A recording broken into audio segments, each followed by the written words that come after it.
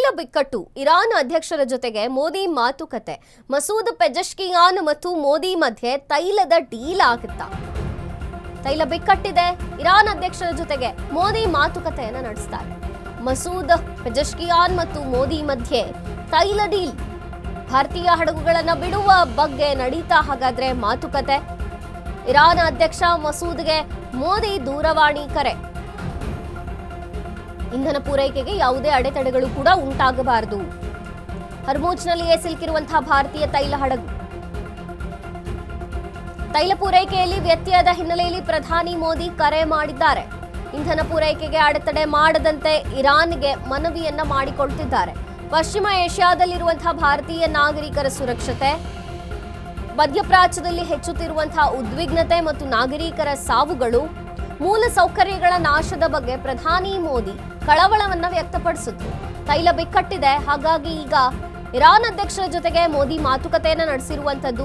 Masood Pezeshkian ಮತ್ತು ಮೋದಿಯ ಮಧ್ಯೆ ತೈಲದ ಡೀಲ್ ಆಯ್ತಾ? ಭಾರತೀಯ ಹಡಗುಗಳನ್ನ ಬಿಡುವ ಬಗ್ಗೆ ಮೋದಿ ಮಾತುಕತೆ ನಡೆಸಿದ್ರ? ಇರಾನ್ ಅಧ್ಯಕ್ಷ ಮಸೂದ್ಗೆ ಮೋದಿ ಕರೆ ಮಾಡಿ ಮಾತನಾಡಿದ್ದಾರೆ. ಇಂಧನ ಪೂರೈಕೆಗೆ ಅಡೆತಡೆ ಉಂಟಾಗಬಾರದು, ಈ ರೀತಿಯಾದ ಬಿಕ್ಕಟ್ಟು ಬೇಗ ಬಗೆಹರಿಯಬೇಕು. ಹರ್ಮುಜ್ನಲ್ಲಿಯೇ ಸಿಲುಕಿರುವಂತಹ ಭಾರತೀಯ ತೈಲ ಹಡಗು.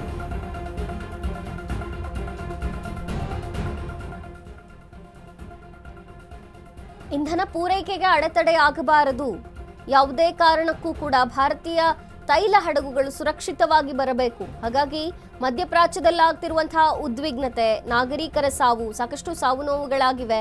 ಈ ಎಲ್ಲದರ ಬಗ್ಗೆ ಪ್ರಧಾನಿ ಮೋದಿ ಕಳವಳವನ್ನು ವ್ಯಕ್ತಪಡಿಸಿದ್ದಾರೆ. ತೈಲದ ಬಿಕ್ಕಟ್ಟು, ಇರಾನ್ ಅಧ್ಯಕ್ಷರ ಜೊತೆಗೆ ಮೋದಿ ಮಾತುಕತೆ ಮಾಡಿರುವಂಥದ್ದು. ಮಸೂದ್ ಪೆಜೆಶ್ಕಿಯಾನ್ ಮತ್ತು ಮೋದಿ ತೈಲದ ಡೀಲ್ನ ಮಾಡ್ಕೊಂಡ್ರ? ಭಾರತೀಯ ಹಡಗುಗಳನ್ನು ಬಿಡುವ ಬಗ್ಗೆ ಮಾತುಕತೆ ನಡೀತಾ. ಯಾಕೆಂದ್ರೆ ಈಗ ಹರ್ಮುಜ್ ಜಲಸಂಧಿ ಬಂದಾಗಿದೆ, ಅಲ್ಲಿ ಲಾಕ್ ಆಗಿರುವಂಥದ್ದು. ಆ ಕಾರಣಕ್ಕೆ ಇಂಧನ ಪೂರೈಕೆಯಲ್ಲಿ ಅಡೆತಡೆ ಆಗ್ತಿದೆ. ಈ ಅಡೆತಡೆ ಉಂಟಾಗಬಾರದು. ಹರ್ಮುಜ್ನಲ್ಲಿಯೇ ಸಿಲುಕಿರುವಂತಹ ಭಾರತೀಯ ತೈಲ ಹಡಗುಗಳು ವಾಪಸ್ ಆಗಬೇಕು ಅನ್ನುವಂಥದ್ದು. ತೈಲ ಪೂರೈಕೆಯಲ್ಲಿ ವ್ಯತ್ಯಯದ ಹಿನ್ನೆಲೆ ಪ್ರಧಾನಿ ಮೋದಿ ಕರೆ ಮಾಡಿ ಮಾತನಾಡಿದ್ದಾರೆ. ಇಂಧನದ ಪೂರೈಕೆಗೆ ಅಡೆತಡೆ ಮಾಡಬಾರದು ಅಂತ ಇರಾನ್ಗೆ ಮನವಿ ಮಾಡಿರುವಂಥದ್ದು. ಪಶ್ಚಿಮ ಏಷ್ಯಾದಲ್ಲಿರುವ ಭಾರತೀಯ ನಾಗರಿಕರ ಸುರಕ್ಷತೆ, ಮಧ್ಯಪ್ರಾಚ್ಯದಲ್ಲಿ ಉದ್ವಿಗ್ನವಾಗ್ತಿರುವಂತಹ ಪರಿಸ್ಥಿತಿ, ನಾಗರಿಕರ ಸಾವುಗಳು, ಮೂಲಭೂತ ಸೌಕರ್ಯಗಳ ಕೊರತೆ, ಇದೆಲ್ಲದರ ಬಗ್ಗೆ ಕೂಡ ಮೋದಿ ಮಾತನಾಡಿರುವಂಥದ್ದು. ಕಳವಳವನ್ನು ವ್ಯಕ್ತಪಡಿಸಿದ್ರು. ತೈಲ ಬಿಕ್ಕಟ್ಟು, ಇರಾನ್ ಅಧ್ಯಕ್ಷರ ಜೊತೆಗೆ ಮೋದಿ ಮಾತುಕತೆಯನ್ನ ನಡೆಸಿದ್ರು.